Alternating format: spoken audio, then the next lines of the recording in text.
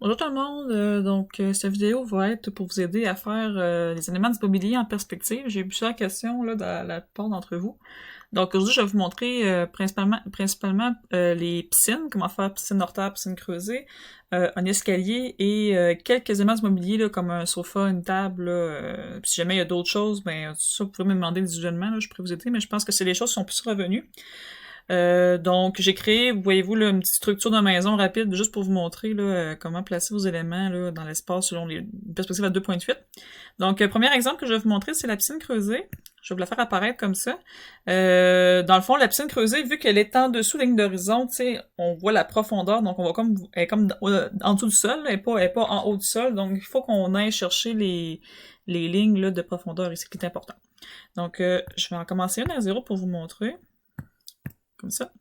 Donc moi j'ai une règle, là, je vais faire numérique, là, c'est mon application, je peux le faire directement, mais vous allez faire papier bien sûr. Donc pour commencer, ce qu'il faut faire, c'est, vu qu'on est au niveau du sol, il faut aller se créer un rectangle qui va suivre les points de fuite. Donc là, vous allez décider quelle distance que vous voulez que votre piscine soit de votre maison. Est-ce que vous voulez qu'elle soit très proche ou plus loin? Moi, je vais la mettre à peu près ici. Donc, je vais délimiter une ligne dans le fond pour aller chercher la longueur de ma piscine. Par la suite, là, on va aller chercher la largeur. Donc là, avec la règle comme ça, on va aller déterminer est-ce qu'on la veut vraiment plus large, moins large. Donc là, c'est vraiment vous autres de décider. Moi, je vais la faire à peu près comme ça. Ensuite, on va aller chercher l'autre sens du rectangle pour aller chercher le bout. Donc, on va la...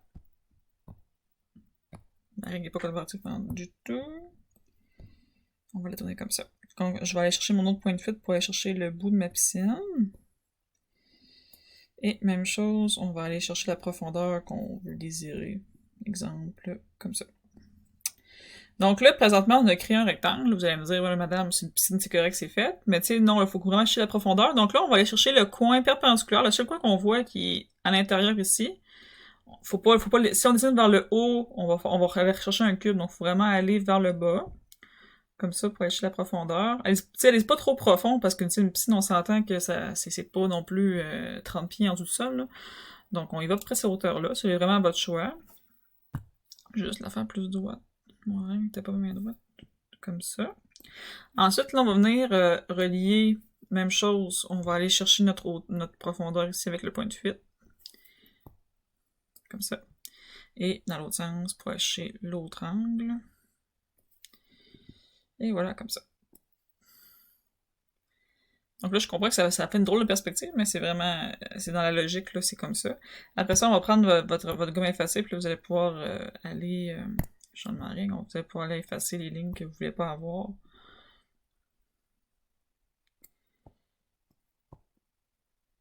Comme ça. Donc, voici ma piscine. Puis après ça, tu sais, avec votre crayon, vous pouvez dire, je vais aller rajouter comme un niveau d'eau, comme ça par-dessus. Puis venir mettre des genres de, comme des reflets d'eau, là, avec les crayons graphites. Ça, je vous montre comment le faire, là, une prochaine fois. Donc, ça ici, c'est ma piscine.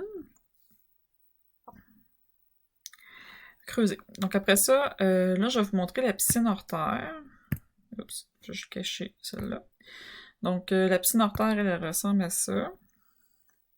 Donc ici, là, le but ici, là, elle est vraiment en dehors du sol. Donc on va faire un peu le même principe, sauf qu'on va la sortir à l'extérieur ou de la rentrer dans le sol.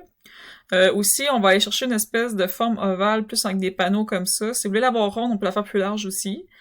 Je vais vous montrer, c'est assez simple à faire, là, c'est pas hyper compliqué. Donc, premièrement, il faut aller créer une espèce de gabarit, comme une espèce de prisme là, en 3 dimensions. Okay, on va commencer par ça. Donc, même chose ici, on va... je vais juste me créer un calque. On va aller chercher on va chercher la règle. On va commencer en perpendiculaire. Moi, je vous conseille d'aller assez loin en largeur. On va chercher la hauteur de la piscine. Donc, mettons que ma piscine hors terre est à cette hauteur-là. Après ça, on va aller faire notre losange comme d'habitude. Là, moi ici, le côté va être très mince. Donc là, on va aller chercher notre losange.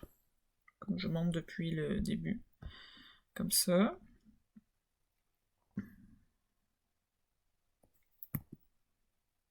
Donc ça va faire une espèce de prisme, c'est normal.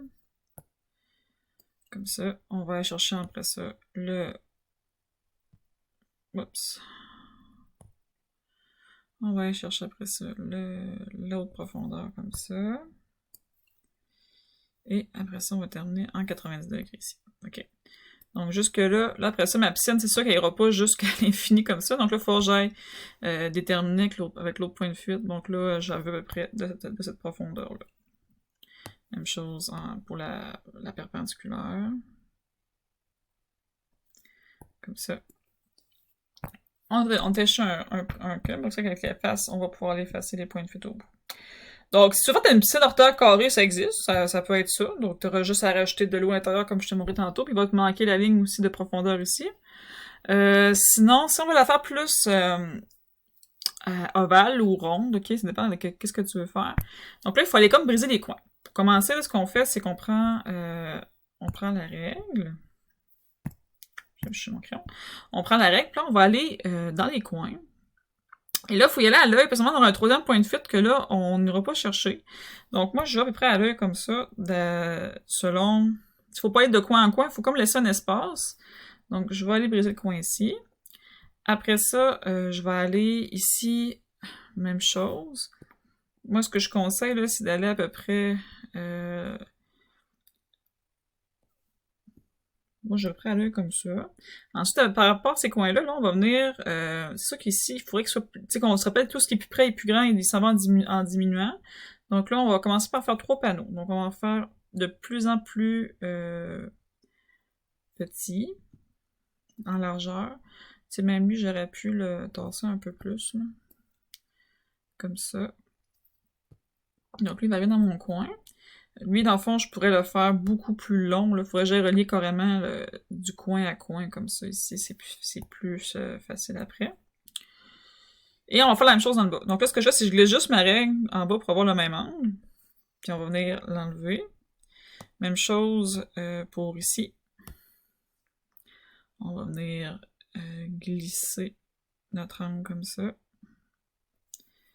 Sauf qu'on va être de coin en coin. Comme ça ici. Et là, après ça, là, c'est avec l'efface. On va venir effacer. On va venir effacer dans le fond les angles qu'on n'a pas besoin. On va aller enlever le coin ici qu'on n'a pas besoin non plus. Je vais enlever les lignes que je me suis trompée tantôt. Comme ça. On va enlever... Là, après ça, ici, il va falloir qu'on retravaille. Vu que là, le coin ici ne fonctionne plus, il va falloir que la règle aille rechercher notre bas d'angle. Okay? Donc, à partir du coin qui est là, donc qui va faire une diminution. Donc là, on va aller refaire une ligne ici, puis on va l'enlever l'excédent après. Tu sais, vous comprenez? La boîte nous sert vraiment d'un gabarit, après ça qu'on va aller éliminer des éléments. Même chose pour l'intérieur. Donc là, l'intérieur de la piscine... Ça sera pas long. L'intérieur de la piscine, c'est la même chose. Donc là, il faut aller ici, à partir du coin qu'on a tracé tantôt. On va aller chez la hauteur. Même chose pour ici avec les 3 panneaux. Et on va aller dans l'autre coin. Comme ça. Et là, après ça, avec l'efface, tout simplement, on va venir retirer ici les angles. Comme ça. On va venir effacer ça aussi ici. Ce qui va nous donner notre piscine à peu près ronde. Là. Il faudrait que j'enlève... Tu sais, ici, il faudrait refaire l'angle, il faudrait que j'enlève cet angle-là, puis venir refaire cette ligne-là. Donc, il va venir après donner une piscine ronde, puis après ça, après, tu sais, ici, il manquerait ma main droite. Puis après ça, on va pouvoir venir mettre un niveau d'eau, encore une fois, avec des reflets, là, qui vont donner ma piscine. OK? Donc, il faut se rappeler que l'eau n'est pas non plus à hauteur optimale, là. Donc, ça va donner après ma piscine hors terre. Pour les escaliers, je vais cacher ça. Escalier ici. Donc, le but, c'est d'aller chercher vraiment cette forme-là ici que je t'en ai tracée avec mon curseur, là. Donc, pour faire ça, il faut aller... je vais juste aller me chercher un calque, prendre ma règle. Faut commencer vraiment au niveau du mur, ok? Parce que si vous... Là, il faut vraiment tracer que le point en bas soit au niveau du mur, pour que comme s'il y a un effet collé sur le mur. Si vous le faites plus bas, on va dire qu'il va y avoir un espace entre. Donc, c'est important de partir avec cet angle-là pour commencer. C'est la petite différence, là, d'habitude. Et on va acheter aussi quelle largeur tu dis. Est-ce que tu veux que ce soit un long escalier ou un escalier plus... Moi, on va faire un 2 marches. Mais si tu veux un escalier, mettons plusieurs marches, tu mets ta ligne plus haute pour aller chercher ton angle, ok? Comme ça. Après ça, là, on va aller chercher selon la perspective notre base d'escalier comme ça. On va aller aussi chercher notre première marche. Donc, première marche, nous, on en fait 2. Donc là, on va commencer avec le coin comme ça. Donc, après, dans le centre, on va aller rechercher notre parallèle. Comme ça. Donc, on va à 90 degrés.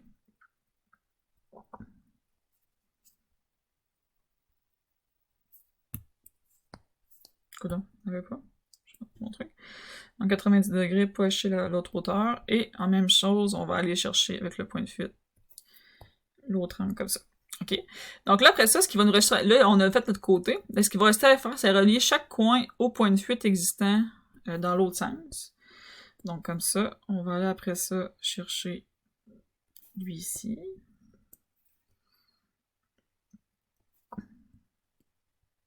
À l'intérieur. Là, je vais vite parce que j'ai pas beaucoup de temps. Comme ça. Et voilà. Et là, après ça, avec ta règle, bien sûr, on irait chez le perpendiculaire, comme ça, pour acheter l'escalier. Et on viendrait effacer le reste ici, là, pour pouvoir avoir notre bel escalier. Donc, et voilà. Un petit escalier en perspective. Comme je vous dis, si vous voulez avoir plus de marche, mais vous le mettez plus haut et plus large ici, puis ça va donner plus de marche. Donc, c'est important d'être près toujours dans la même hauteur. On peut calculer 1 cm environ entre chaque, c'est souvent, ou un demi-centimètre. Vraiment la grosseur de votre escalier. Dernière chose que je vais vous montrer rapidement, parce qu'il me reste plus beaucoup de temps, c'est la table divan. OK. Pour faire une table, là, on commence toujours par les pattes, donc on commence avec les angles du coin. Un peu comme les colonnes que j'ai faites ici, là. Donc on va acheter les deux angles, on va rajouter le panneau par-dessus. Ça, c'est facile à faire, là. Ça, je ne le montrerai pas en étape par étape. Le divan, qui peut causer un peu plus de problèmes. Donc, lui ici, là, moi, je l'ai placé derrière ma colonne. Donc, la première chose qu'il faut faire, c'est commencer par... on va toujours le point qui est plus près de toi, comme d'habitude. Je vais juste enlever l'escalier. Et mon exemple. Donc, avec la règle, ce qu'on fait, on va aller chercher notre profondeur de divan. Comme ça. Après ça, on va chercher l'autre largeur ici. Avec le point de fuite, on va délimiter la façade, ça va être comment? Comme ça. Donc après ça, là, on va chercher l'autre profondeur ici. On va encore écrire un cube, là. Oups.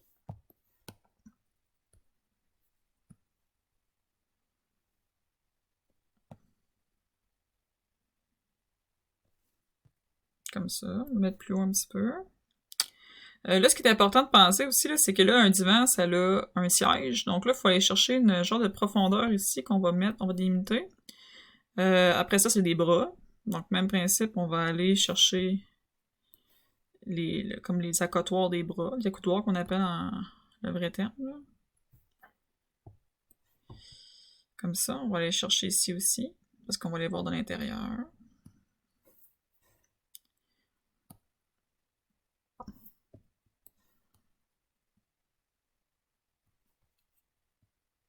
Comme ça. Et après ça, on va chercher le dossier. Dossier, même principe, on va aller sur le point de fuite. Et après ça, on va aller chercher la perpendiculaire dans l'autre sens, comme ça. De même. OK. Puis il va me manquer la profondeur du siège, là, que j'ai pas mis non plus. Et là, on va l'avoir à peine parce qu'elle est cachée par la coudoir, donc tu sais, c'est juste la petite ligne qui est ici qui est important de le faire. Donc là, après ça, avec les faces, on va venir enlever, bon, tout ce qu'on verrait pas, là. Donc cette ligne-là ici. Comme ça. Et là, avec mon crayon ensuite, ce que je peux faire, c'est que là, je vais aller délimiter. Donc là, je veux, mettons, je veux 2 coussins ici. On va venir arrondir un petit peu. Il manquerait ma largeur un peu de sofa. Je peux venir arrondir pour les coussins. Je pourrais mettre des espèces d'éclats ensemble comme ça, là.